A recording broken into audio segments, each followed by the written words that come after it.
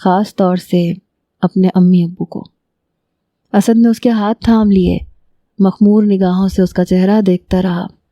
اچانک صحن میں کہیں آہٹ ہوئی۔ فریحہ بدکی ہوئی ہرنی کی طرح اٹھ کھڑی ہوئی۔ اچھا اب میں چلتی ہوں، پلیز میں پھر آؤں گی، وعدہ؟ اس کا ہوں کہنے کا انداز بہت دلکش تھا۔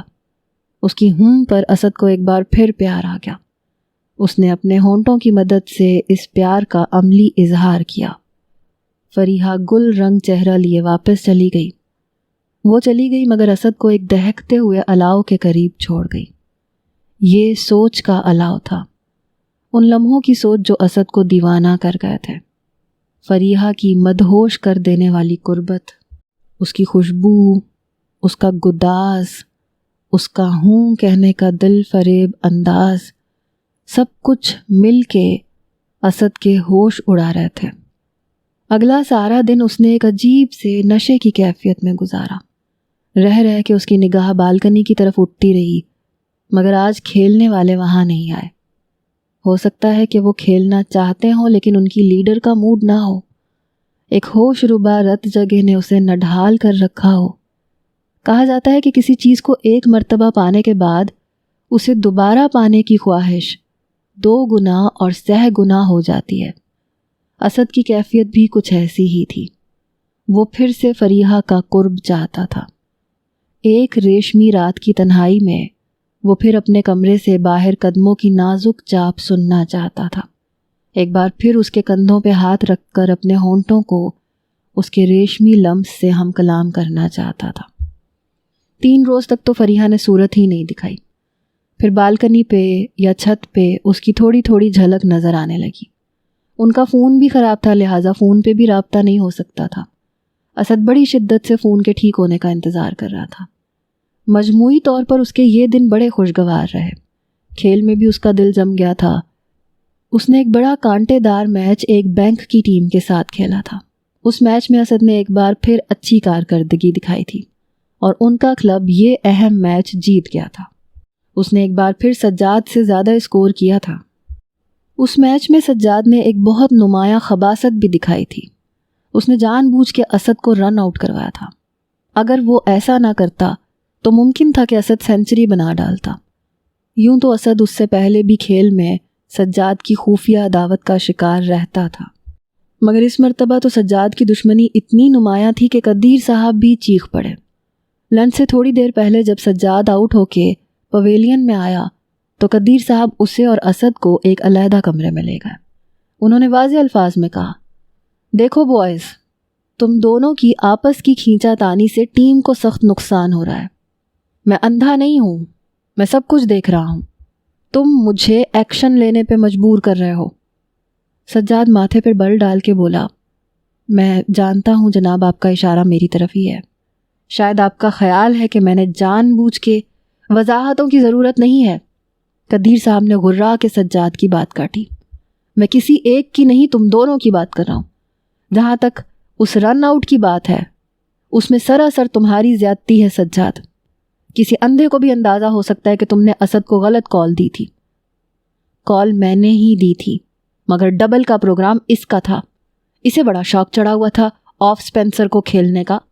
اس نے اشارے میں مجھ سے کہا تھا کہ اس مرتبہ اسے 2 اسکور کرنے چاہیے، چاہے کچھ بھی ہو جائے۔ اسد نے مداخلت کرتے ہوئے کہا، دیکھو سجاد، جو ہو گیا سو ہو گیا، لیکن تم خواہ غلط بیانی نہ کرو۔ میں نے تم سے آف سپنر کے بارے میں کوئی بات نہیں کی تھی۔ کہہ کے مکرنے میں تم سے کوئی نہیں جیت سکتا، یہ تمہاری پرانی خصلت ہے۔ سجاد جل کے بولا، دیکھو سجاد، تم اپنی زبان سنبھال کے بات کرو۔ اسد نے بھی تلخ لہجے میں کہا۔ قدیر صاحب نے دونوں کو ڈانٹا۔ انہوں نے کہا کہ دونوں اپنے اپنے کانوں کی کھڑکیاں کھول کے سن لیں۔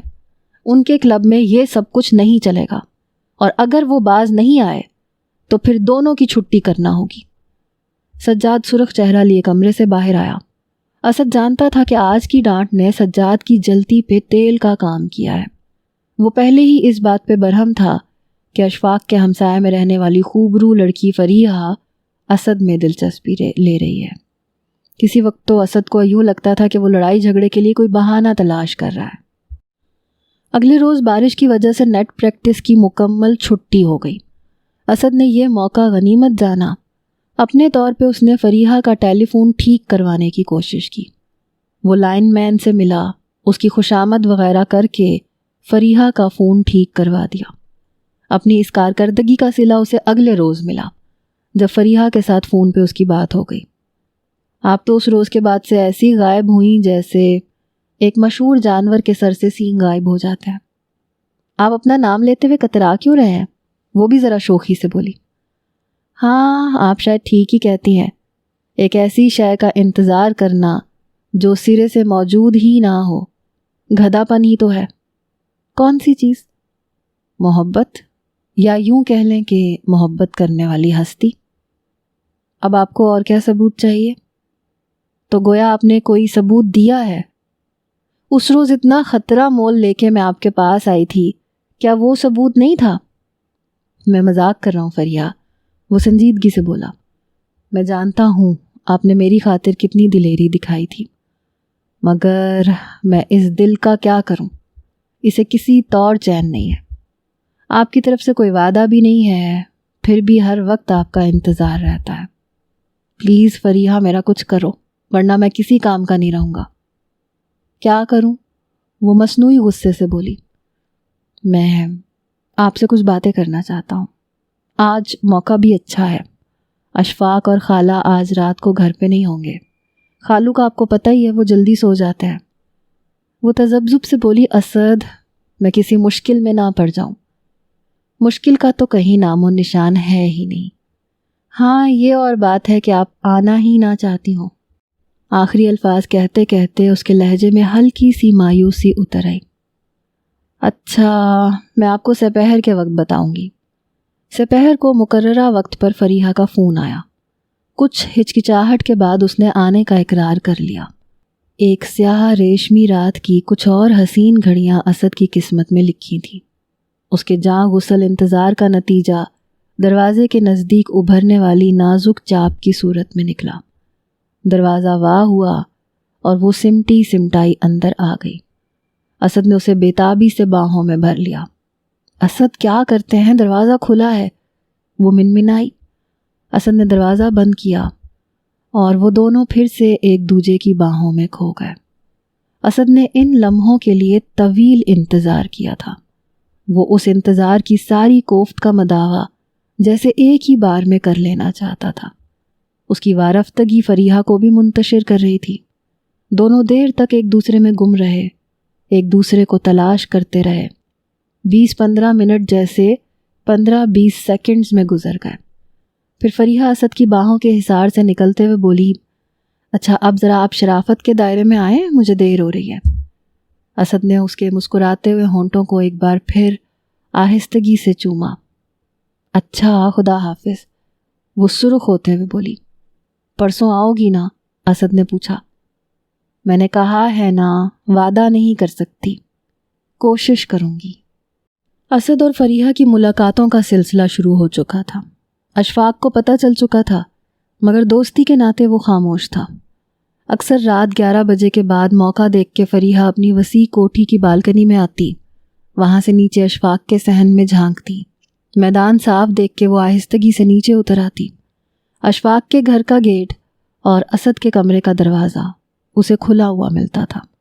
وہ اندر چلی آتی، دونوں ایک دوسرے میں گم ہو جاتے، ان کی گرم سانسیں ایک دوسرے کے کانوں میں سرگوشیاں کرتی، بےتاب ہونٹ من چاہے لمس سے ہم کلام ہوتے۔ بہرحال وہ ایک حد کے اندر ہی رہتے تھے۔ کبھی کبھی ایسا بھی ہوا کہ فریحہ پورا 1 گھنٹہ اسد کے ساتھ رہی، لیکن وہ انتہا کو چھو کر بھی انتہا کو نہیں چھوتے تھے۔ کسی وقت وہ باتیں کرنے لگتے، کسی وقت شکوے شکایتوں کا سلسلہ شروع ہو جاتا۔ فریحہ کی خواہش تھی کہ اسد جلد از جلد اپنے والدین کو ان کے گھر بھیجے اور وہ فریحہ کا رشتہ مانگے، اور اسد ہر بار یہی کہتا تھا کہ وہ اتوار کو گاؤں جائے گا، مگر وہ جاتا نہیں تھا۔ بس کوئی نہ کوئی رکاوٹ سامنے آ جاتی تھی، یا پھر شاید یہ رکاوٹیں لاشعوری طور پہ اسد کی ہی پیدا کی ہوئی تھیں۔ اسے یوں لگتا تھا جیسے فریحہ کے لیے اس کے دل میں پہلے جیسی تڑپ باقی نہیں رہی۔ یوں تو فریحہ کا قرب اسے اب بھی بے حد مرغوب تھا، مگر وہ جو ایک دیوانی سی کیفیت تھی وہ بتدریج کم ہوتی جا رہی تھی۔ 3-4 ہفتے مزید اسی طرح گزر گئے۔ پہلے تو فریحہ تقریباً ہر رات آنے لگی تھی، مگر اب 2-3 روز بعد اور کبھی اس سے بھی زیادہ کا وقفہ پڑنے لگا۔ شاید فریحہ نے بھی محسوس کر لیا تھا کہ اسد کے انتظار میں اب وہ پہلے جیسی شدت اور بے قراری نہیں ہے۔ ایسا کیوں تھا؟ ایسا کیوں تھا؟ اسد بار بار خود سے یہ سوال پوچھتا تھا۔